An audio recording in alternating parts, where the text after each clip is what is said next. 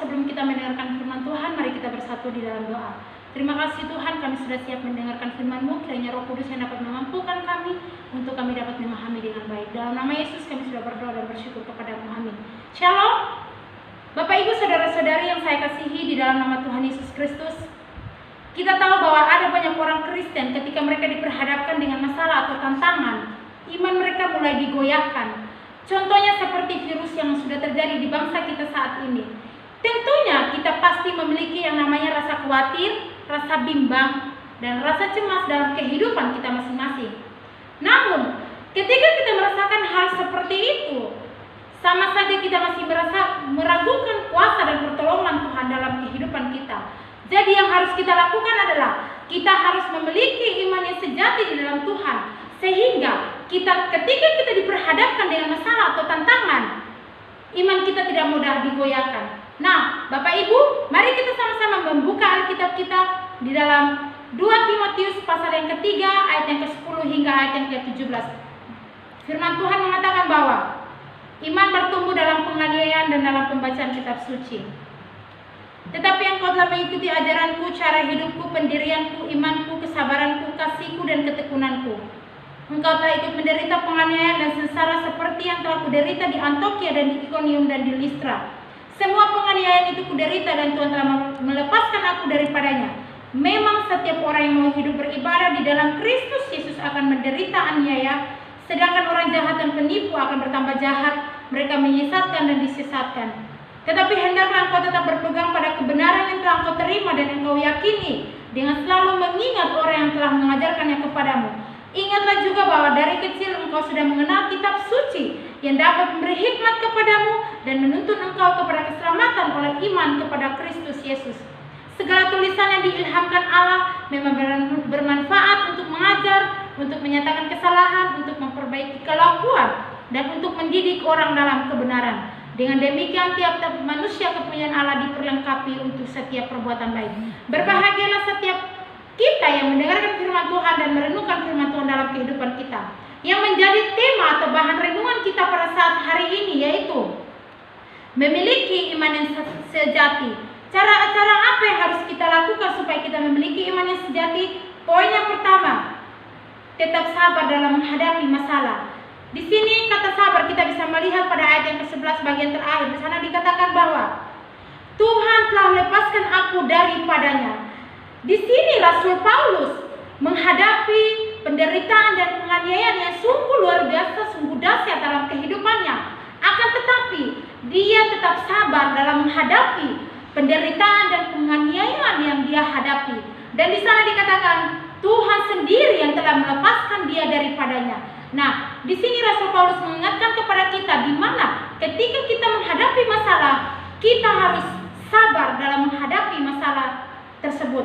Dan di sini juga kita bisa melihat kata sabar dalam KBBI yang artinya bahwa tahan menghadapi cobaan, tidak lekas marah, tidak lekas putus asa, tidak patah hati. Yang artinya bahwa orang yang selalu sabar atau yang selalu menerima keadaan atau situasi yang ada. Bapak Ibu saudara-saudari yang saya kasihi di dalam nama Yesus Kristus, perlu kita tahu bahwa dalam kehidupan kita pasti memiliki situasi, keadaan, atau kita pasti merasakan rasa khawatir, rasa cemas, rasa bimbang dalam kehidupan kita. Akan tetapi kita jangan mudah putus asa dengan apa yang kita hadapi saat ini. Dan kita juga perlu tahu bahwa Tuhan sendiri yang selalu ada bersama dengan kita ketika kita diperhadapkan dengan masalah atau tantangan hidup. Maka Tuhan sendiri yang selalu memberkati kita, dan Tuhan sendiri yang adalah sumber kekuatan, sumber pertolongan dalam kehidupan kita. Bapak Ibu saudara-saudari yang saya kasihi di dalam nama Yesus Kristus, kita bisa melihat di ayat yang ke-11 dan 12 di sana dikatakan bahwa engkau telah ikut menderita penganiayaan dan sengsara seperti yang telah kuderita di Antiokhia dan di Ikonium dan di Listra. Semua penganiayaan itu kuderita dan Tuhan telah melepaskan aku daripadanya. Memang setiap orang yang mau hidup beribadah di dalam Kristus Yesus akan menderita aniaya. Nah, di sini Rasul Paulus juga sekali lagi mengingatkan kepada kita di mana Rasul Paulus dianiaya di sini di 3 kota, yaitu Antiokhia, Ikonium, dan di Listra. Namun dia tetap sabar menghadapi situasi, keadaan, masalah, penderitaan yang dia hadapi dalam kehidupannya dia. Bapak Ibu saudara-saudari yang saya kasihi dalam nama Tuhan Yesus Kristus, dan kita juga harus tetap sabar dalam menghadapi masalah, situasi, keadaan di dalam setiap kehidupan kita.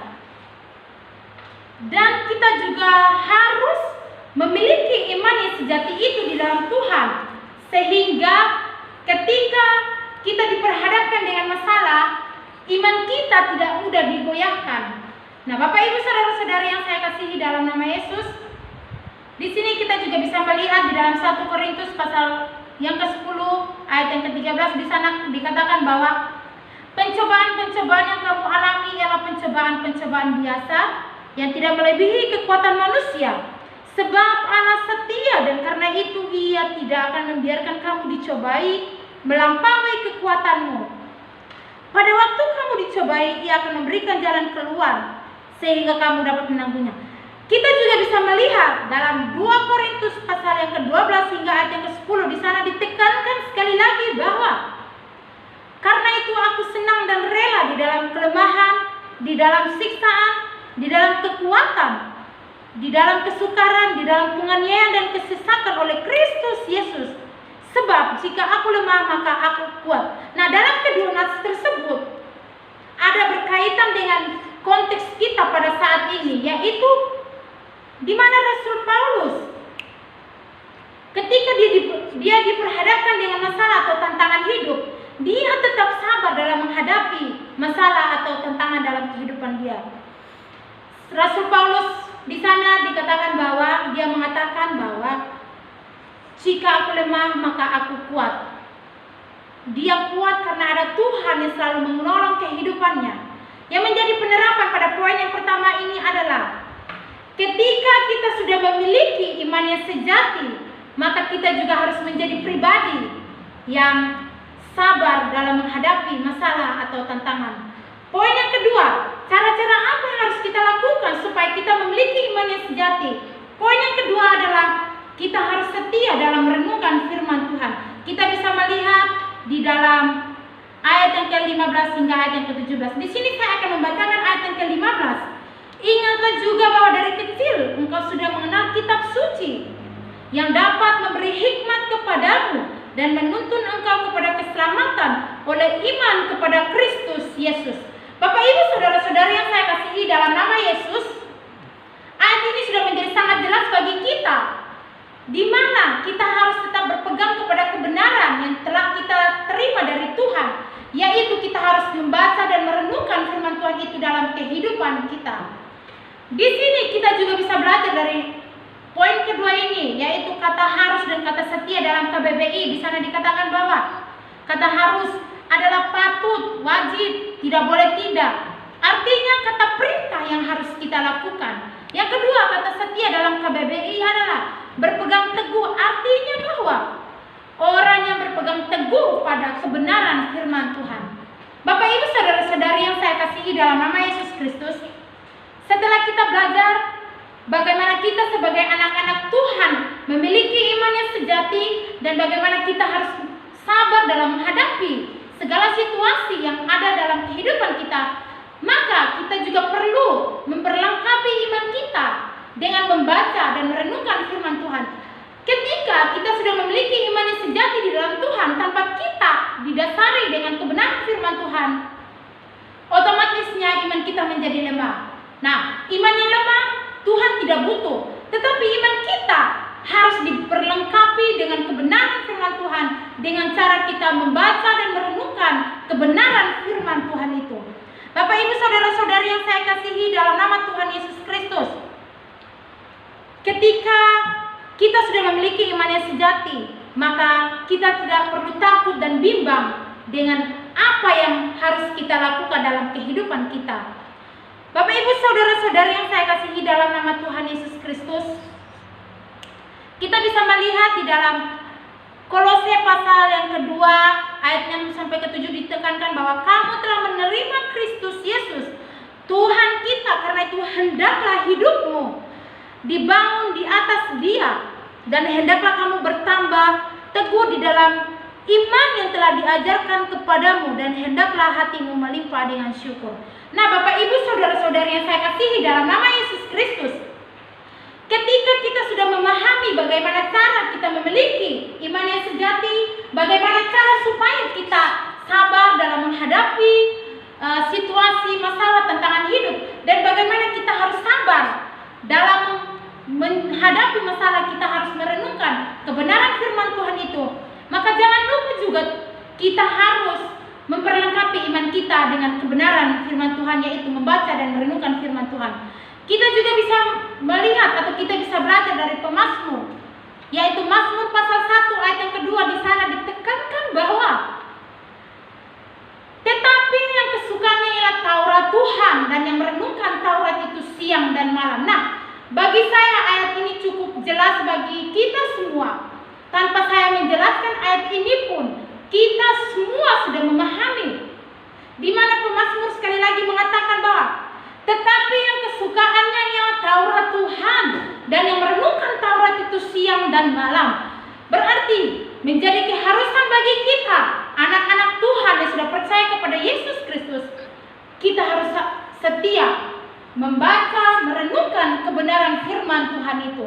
Bapak Ibu saudara-saudari yang saya kasihi dalam nama Yesus Kristus, marilah kita melakukan kebenaran firman Tuhan itu dengan didasari iman yang kuat di dalam Tuhan, dan perlu iman kita juga diperlengkapi dengan kebenaran firman Tuhan.